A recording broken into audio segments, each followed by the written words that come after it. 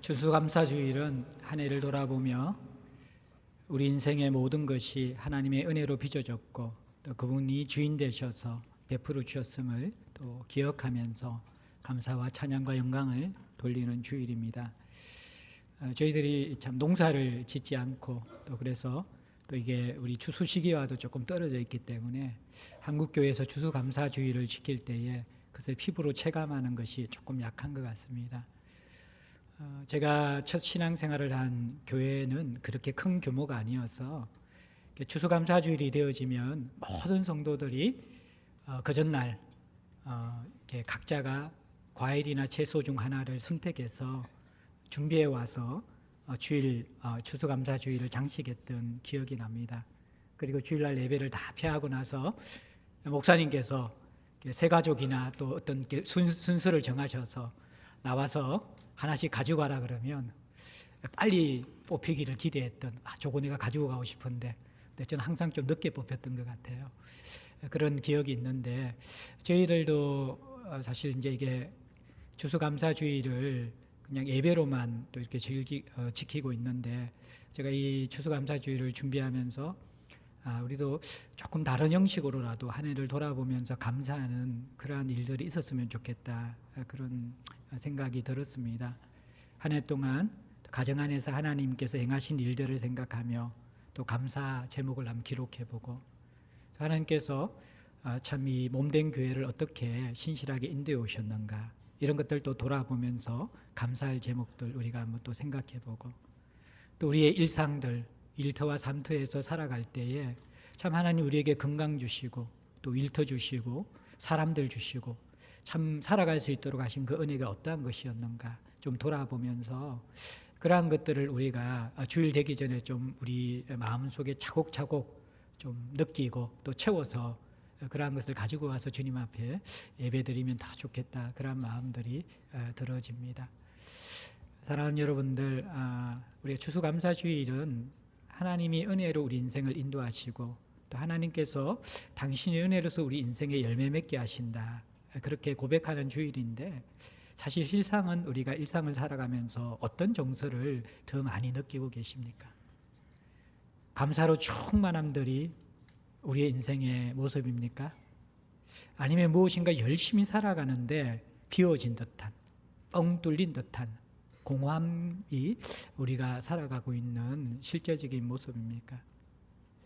제가 많은 성도들을 보면서 참 감사보다는 열심히 살지만 무엇인가 구멍이 뚫린 듯한 허전함을 가지고 살아가는 공허함을 가지고 살아가는 사람들이 훨씬 많은 것 같아요. 우리가 이 복음 안에 있다 그러면 예수를 경험했다 그러면 공허한 삶에서 충만한 삶으로 옮겨진 자들이거든요. 뻥 뚫린 삶에서 차오르는 그러한 삶으로 우리가 옮겨진 사람이거든요.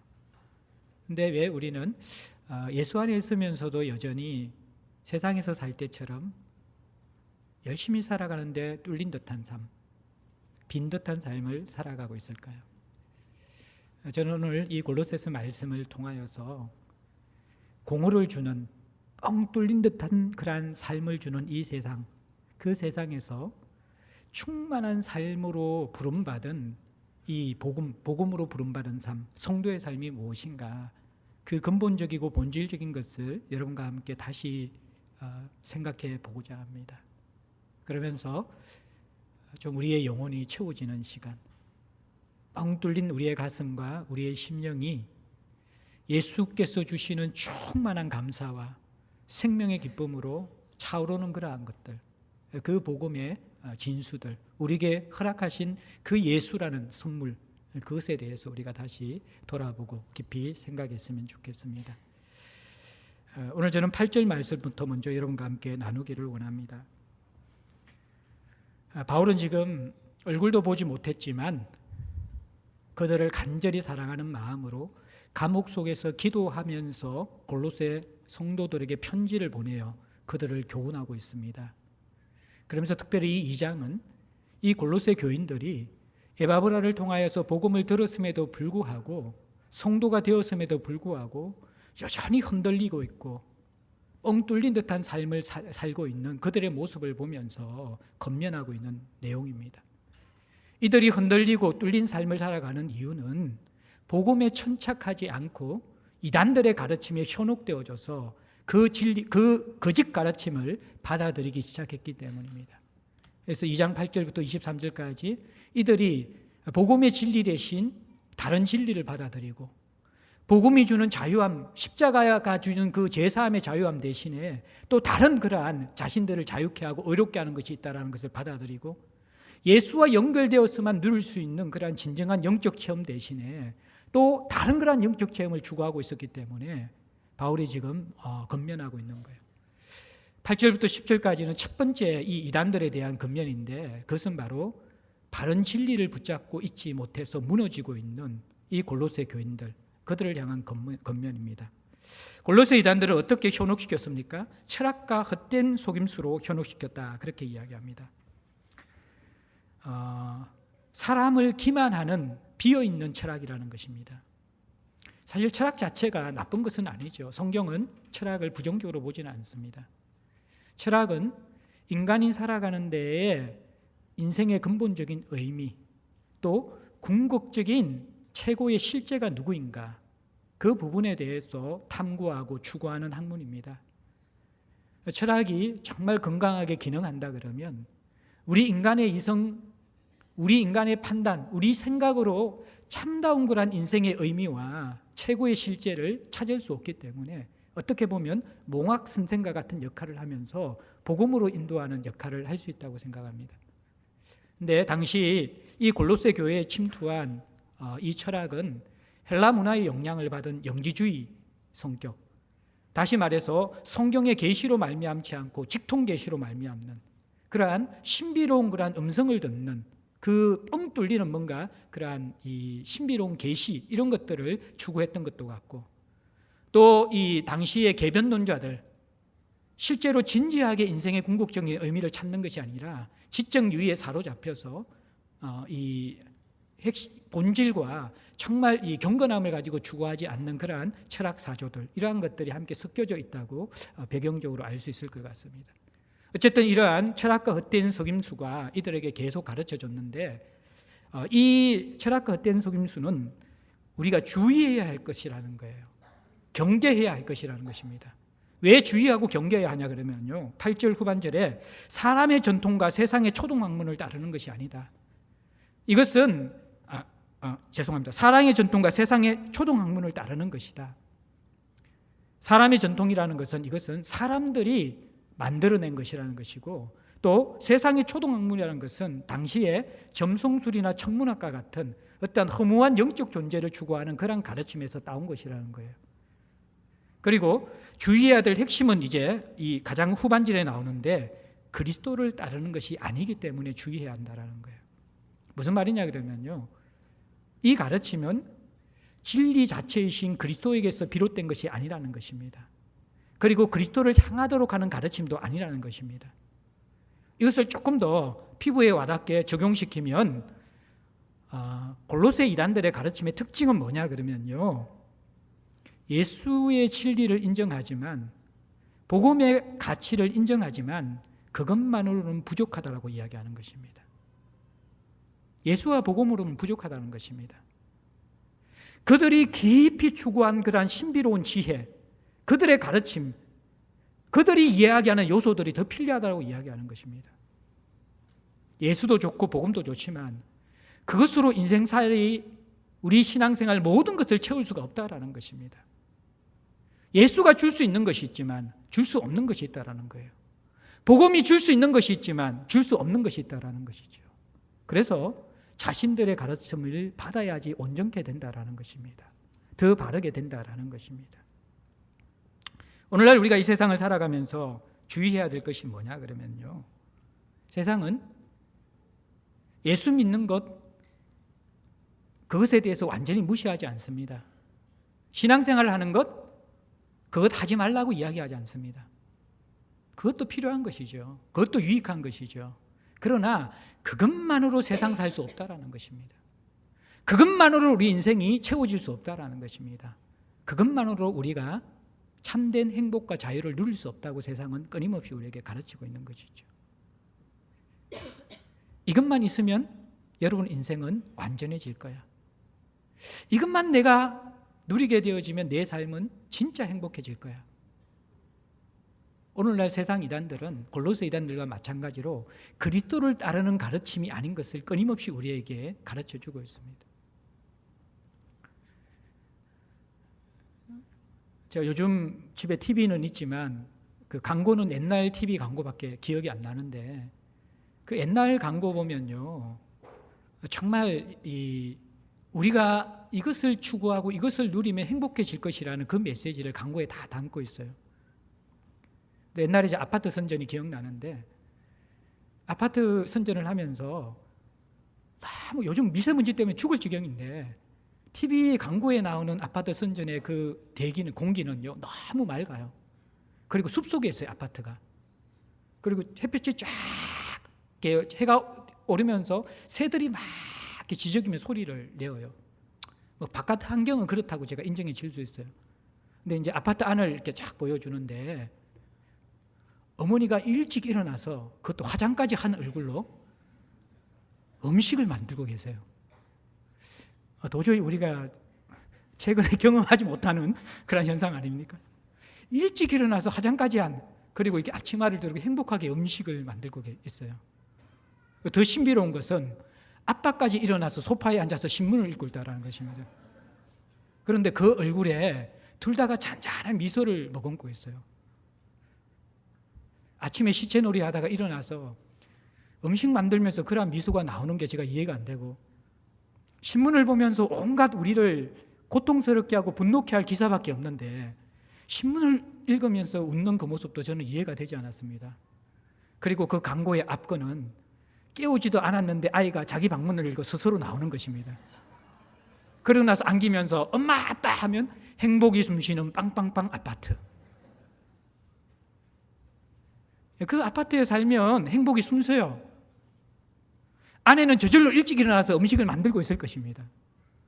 남편도 일찍 일어나서 소파에서 아내가 음식하는 것을 행복한 미소로서 바라보고 있을 것입니다. 아이들은 깨우지 않아도 일어날 것입니다. 그런 아파트를 구입하십시오. 인생의 모든 문제가 해결됩니다. 자동차 광고도 제가 기억나는데요. 유치원 통학버스인데 애들 데리고 늦어가지고 엄마가 뒤에서 막 애 데리고 뛰어가고, 이제 이 유치원 셔틀버스는 노란 셔틀버스에서 출발하려고 그래요. 아주 고급 승용차를 탄 젊은 신사가 그 장면을 보자마자 차를 쫙 몰아가지고 이 셔틀버스 앞에 딱 세우는 거죠.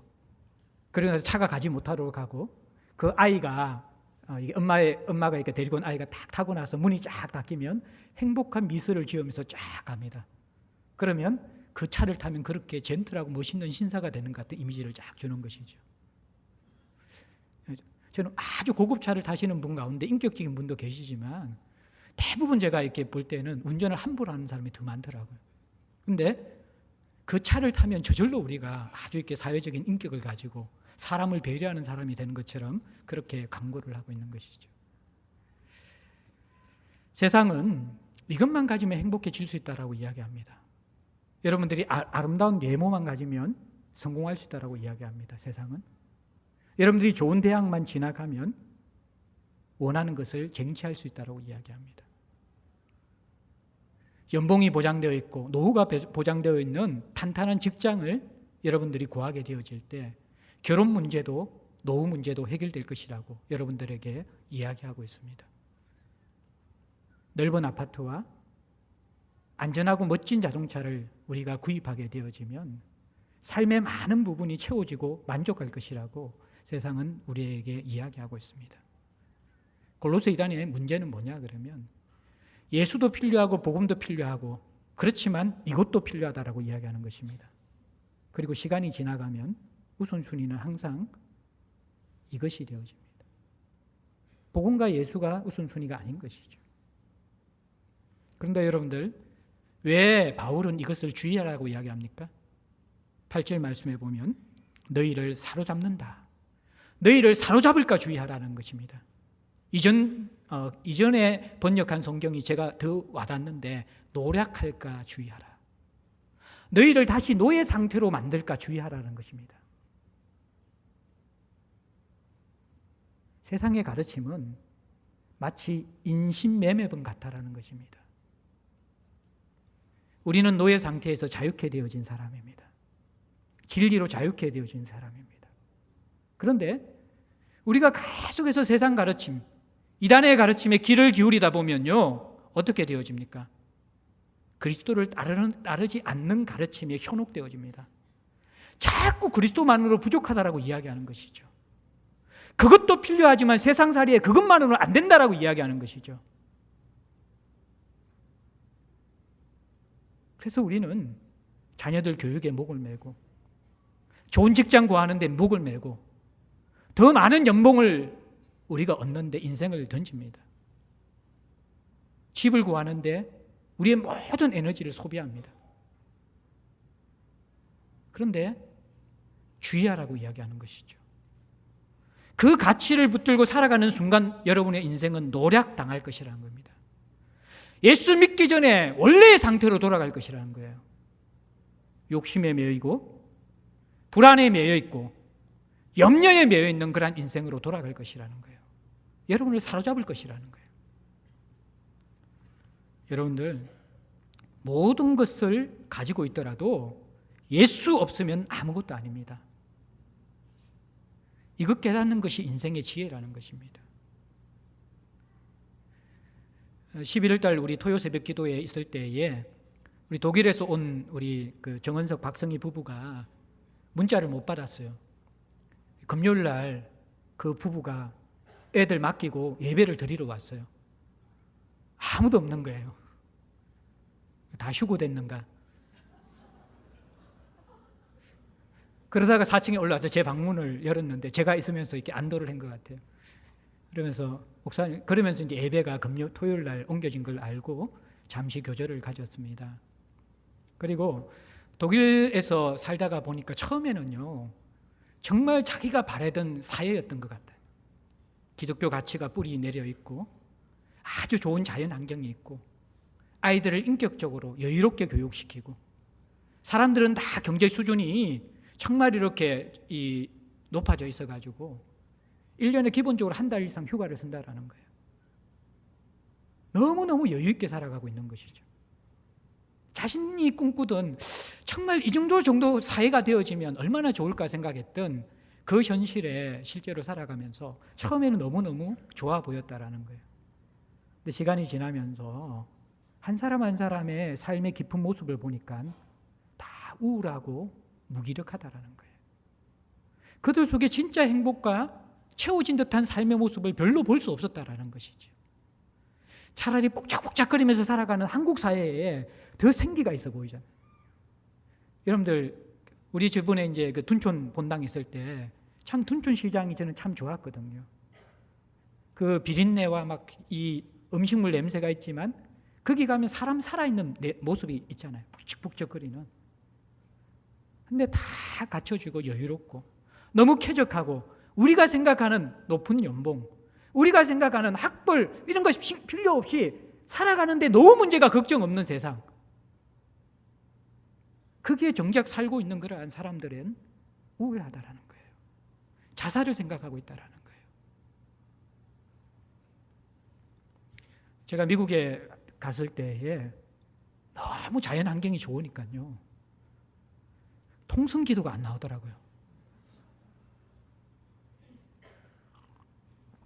한국 같은 사회에서 복작복작복작거리면서 살고 막 지하철에 찡겨다니면서 하루하루 끌떡끌떡거리면서 살아야지 통성기도가 나오는데, 와, 이게 집 나가면 잔디가 펼쳐져 있고 호수가 있고 너무너무 여유로우니까요, 거기에 앉아가지고 통성기도가 안 나와요.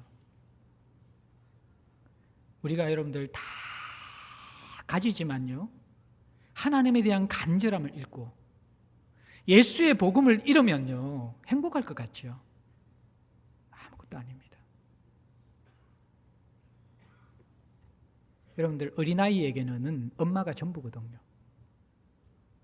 자기 스스로를 보호할 수 없고 엄마가 없으면 불안함을 느끼고 아무것도 할 수 없는 그 아이에게는 엄마의 존재가 무엇입니까?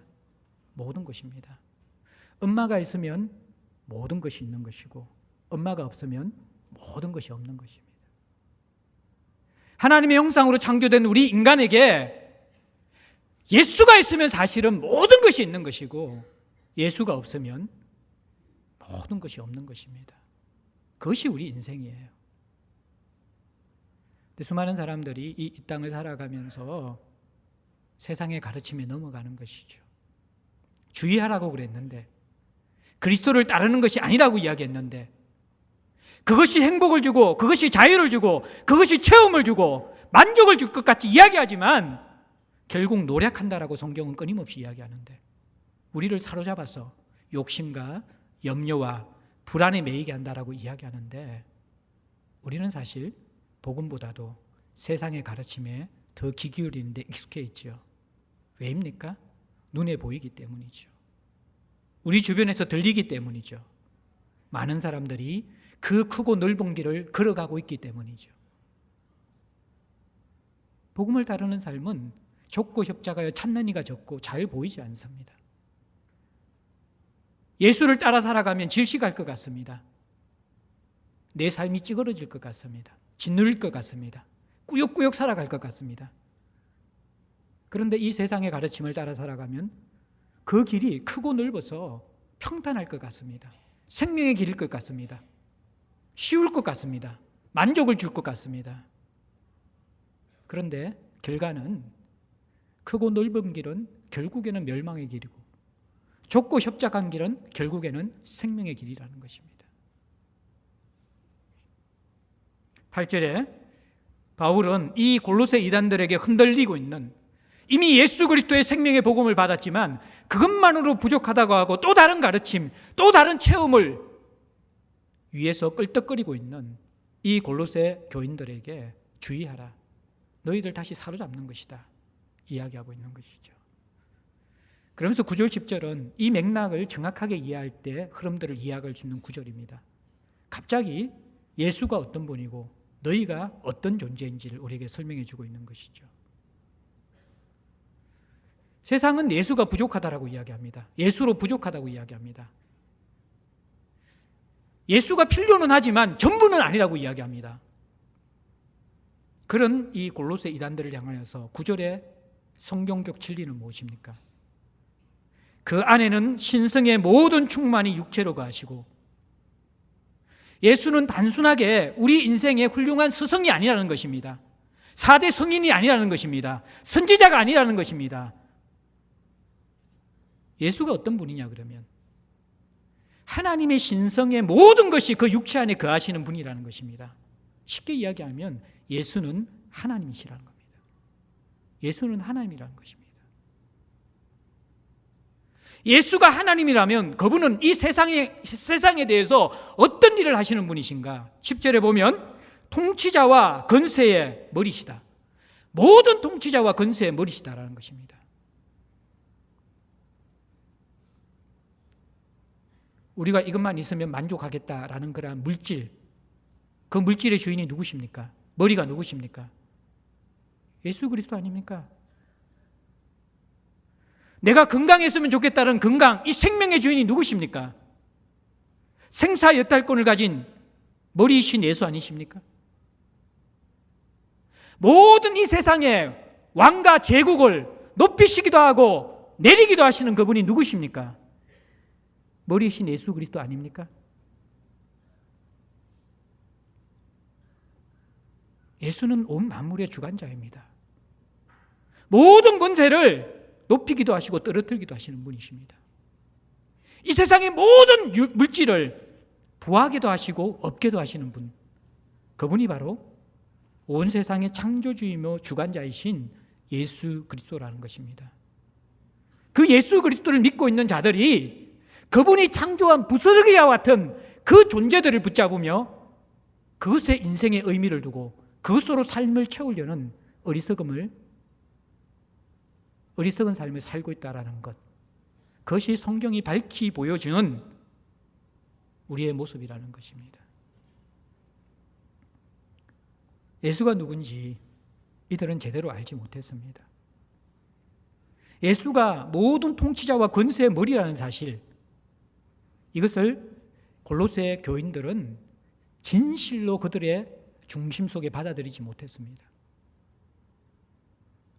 예수는 우리 인생에 조금 도덕적인 가르침을 주실 수 있는 분이고 삶의 본을 보여줄 수 있는 분인지, 우리를 긍휼히 여기는 분이고 우리를 사랑하는 분은 맞지만 그 예수께서 모든 통치자와 권세의 머리시다라는 사실, 그분의 통치 아래 온 세상이 놓여 있다는 그 사실, 그분은 진리 자체이시며 그분은 충만 자체라는 사실, 이것을 우리는 잊어버리고 살아가고 있다라는 것입니다. 이것이 인생의 어리석음입니다. 진짜 주인이 계신데, 모든 것을 주관하시는 진짜 주인이 계신데 그 머리이신 예수 그리스도를 떠나서 부스레기 같은 썩어 없어질 그분의 통치 아래 있는 그 우상들과 거짓된 것을 끌떡거리며 찾고 있다는 거예요. 제가 이 끌떡거린다는 단어를 찾아보니까 이게 표준어더라고요. 사투리가 아닙니다. 어떤 것을 소유하고 싶어서 어떤 것을 먹으려고 침을 흘리면서 입맛을 다시고 있는 상태, 이게 끌떡거린다는 상태입니다.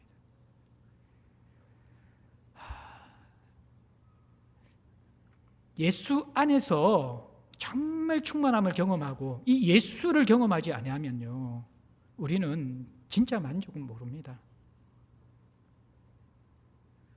정말 이 끌떡거린다는 표현이 맞는 게 뭐냐 그러면요, 우리 인생이 어떠냐 그러면요, 이미 주신 것을 누리지 못하고 항상 내가 소유할 것들을 바라보면서 끌떡거리고 있다는 거예요. 그렇지 않습니까, 여러분들? 이미 우리에게 주신 것이 얼마나 많습니까?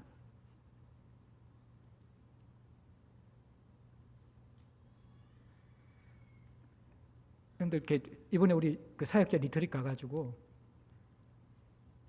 커피를 마시면서 다른 사람 커피가 더 맛있는 걸 보면서 끌떡거리고 있는 거예요.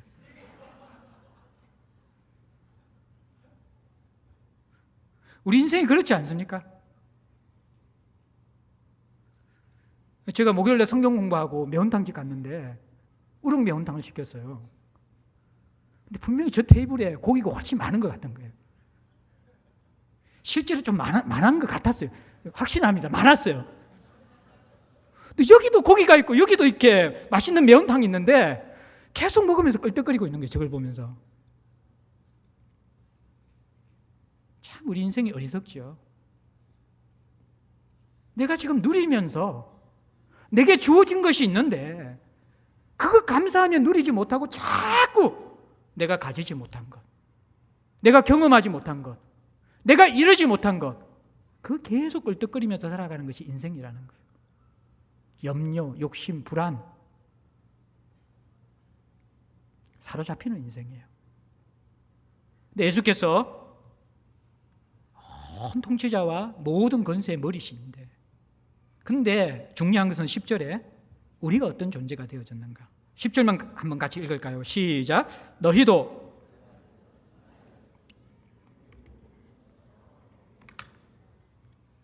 이게 보면 너희도 그 안에서 충만하여 졌으니, 저는 이 말씀이 기적 중에 기적이고 신비 중에 신비이고 정말 성도들만 누릴 수 있는 영광 중에 영광이라고 생각되어져요.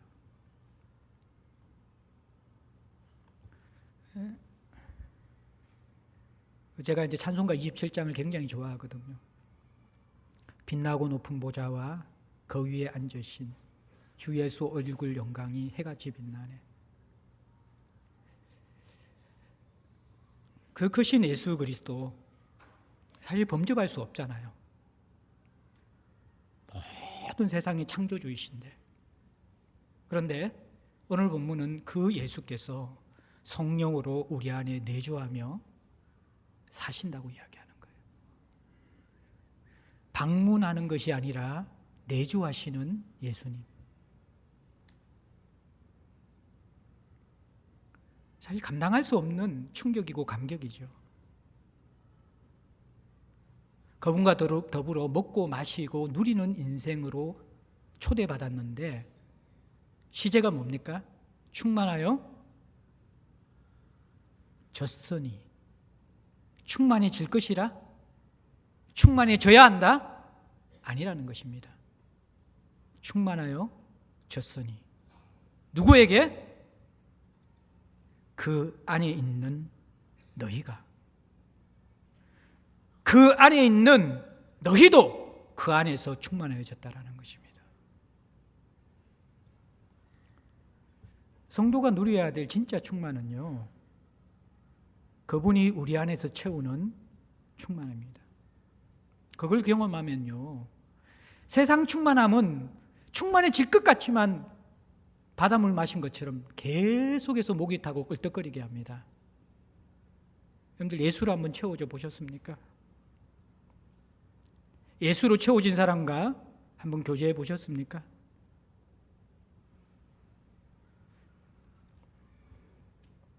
제가 오늘 예배 시작 전에, 소금회 시작 전에 어떤 분과 손을 잡고 인사를 했는데 떨림과 흥분이 아직도 사라지지 않습니다. 멀리서 저희 교회 예배를 찾아오시는 분입니다. 대중교통을 통하여서. 최소한 3시간 이상 걸리는 거리인 것 같아요. 제 손을 잡으시면서 한 말씀을 하셨는데 눈물이 글썽글썽거리시면서 이제 주님 배울 날을 기다리고 계시는 것 같았습니다. 그 어떤 설교나 그 어떤 교제로도 채워지지 않는 예수를 아는 사람, 그분을 갈망하는 사람, 그 안에 채워진 생명의 힘과 영향력이 무엇인지를 느낄 수가 있었습니다. 예수로 채워져 보셨습니까? 그분이 여러분을 정복하는 것이 무엇인지 누려보셨습니까? 세상 그 무엇으로 채워도 허덕거릴 수밖에 없는 인생인데 그분이 우리 속에 들어오셔서 자정하시는 것, 나의 주인이 되시는 것, 나를 다스리시는 것, 나와 함께 하시는 것 누려보셨습니까? 그것이 진짜 충만인 것이죠. 저는 설교자로서 하나님이 말씀을 주시는 걸 통해서 아주 거기에 대한 작은 맛을 볼 때가 있습니다. 세상 것들은요, 뭐 하나 가지고 나면 잠시 그것이 실증나고 또 다른 것을 가지고 싶어 중독되어지죠. 예수께서 우리를 채우실 때는요, 다른 그 무엇도 생각나지 않습니다. 그것으로 충분한 것이죠. 그것으로 완전한 것이죠.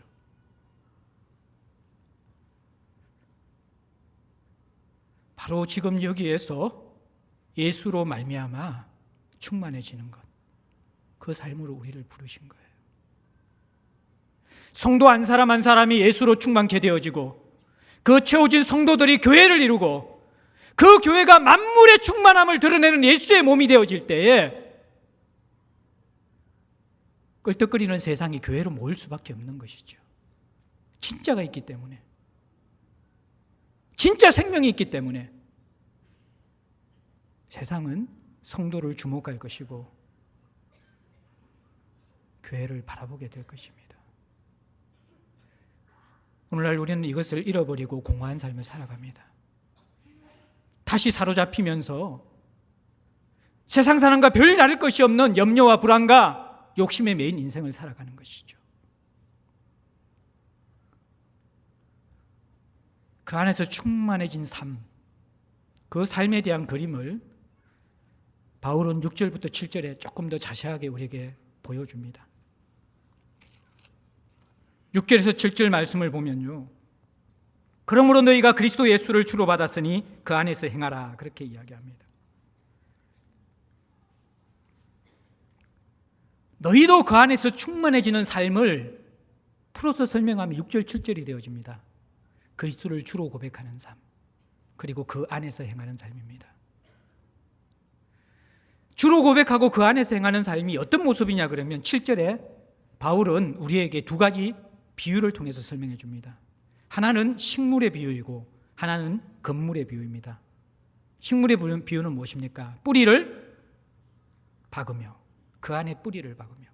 이것은 시편 1편에 나오는 시냇가에 심은 나무가 깊이 뿌리를 박고 생명을 길어 올리는 그런 모습입니다. 그리고 세움을 받아, 이것은 아주 웅장하고 큰 건물이 견고한 기초를 깊이 뿌리 내리면서 건물을 세워가는 그 모습을 보여주는 것입니다. 그리스도 예수 안에서 행하는 삶은 뿌리 내리는 것이고 기초를 세우는 삶이라는 것입니다. 주로 고백하는 삶은. 근데 이것이 이 헬라어 시제를 보면요, 신적 수동태로 되어 있습니다. 무슨 말이냐 그러면 내가 뿌리 내는 것이 아니라, 내가 기초를 쌓는 것이 아니라 하나님이 뿌리 내리게 하시고 하나님이 기초를 세우게 하신다라는 것입니다. 무슨 말입니까? 우리 인생은 중심에 진실함이 없습니다. 그분을 주로 고백하면서 신실하게 살아가는 힘들이 무력한 자들입니다. 그런데 놀라운 것은 이 뿌리 내림도 은혜라는 것입니다. 내가 그분의 주되심을 인정하고 내 힘으로 살아갈 수 없는 무력함을 고백하고 하나님께 붙어 있기만 하면 그분이 우리를 끌어당기는 것이죠. 그분이 우리를 붙들어 이끌어 주시는 것이죠. 그러면서 우리의 뿌리를 견고하게 깊게 만들어 주시는 것입니다. 우리는 신실하지 않습니다. 우리는 믿음이 없습니다. 우리는 끊임없이 다른 가르침에 귀를 기울이면서 노략당하는 자들입니다. 그러나 그때마다 다시 생각하십시오. 우리의 존재는 그리스도를 따르는 존재여야만 합니다. 그분이 주가 되셔야만 하는 것입니다. 그 진리를 붙잡고 하나님, 내 욕망과 내 속사람과 육체의 본성은 세상의 가치를 추구하려고 하지만 하나님, 내가 따를 길은 주님을 따르는 것이고 진리를 따르는 것이고 말씀을 따르는 것입니다. 당신이 나의 주가 되셔서 통치해 주십시오. 우리가 그 고백을 하게 되어질 때 흔들리는 우리를 주님께서 끌어당겨 주실 것입니다. 때로는 시험을 통하여서, 고난을 통하여서 우리 인생을 흔들어 깨우시고 우리 심령을 가난하게 하시고 애통하게 하시고 영적 파산을 주시면서 하나님은 우리의 뿌리의 거처를 세상으로부터 예수 안으로 옮기는 일을 끊임없이 하고 계실 것입니다. 하나님의 열심은 우리를 그분 안에 심는 것입니다. 그 일을 위해서 끊임없이 주님께서는 일하고 계실 것입니다. 거기에 신적 수동태로 여러분이 반응하셔야만 합니다. 끊임없이 노략당하는 인생이 아니라 성령의 소욕으로 우리의 심령을 두들기고 계실 때에 그 음성에 길을 열고 하나님을 향하여서 여러분들 의탁하고 그분이 이끌어 주실 때 그분 안으로 들어가는 신적 수동태, 그것을 통해서 우리의 뿌리가 깊어지고 건물의 기초가 세워지는 것이죠. 그리고 믿음으로 자라가는 것입니다. 믿음이 우리를 자라가게 하는 것입니다. 교훈을 받은 대로 믿음에 굳게 서서 말씀을 붙잡고 믿음을 가지고 하나님 편에 계속 서 있기로, 머물러 있기로 우리가 작정하는 것입니다. 그때 어떻게 됩니까? 감사함을 넘치게 하라. 이 단어는 명령어기보다도 자연스럽게 되어지는 열매이며 결과입니다. 사랑하는 성도 여러분들, 충만한 감사는 절대로 환경에서 나오지 않습니다. 그것은 믿음에서만 나옵니다. 그리스도 안에 뿌리박고 그분과 연합된 믿음 안에서만 성도는 이 땅을 살아가면서 충만한 감사를 누릴 수가 있는 것입니다.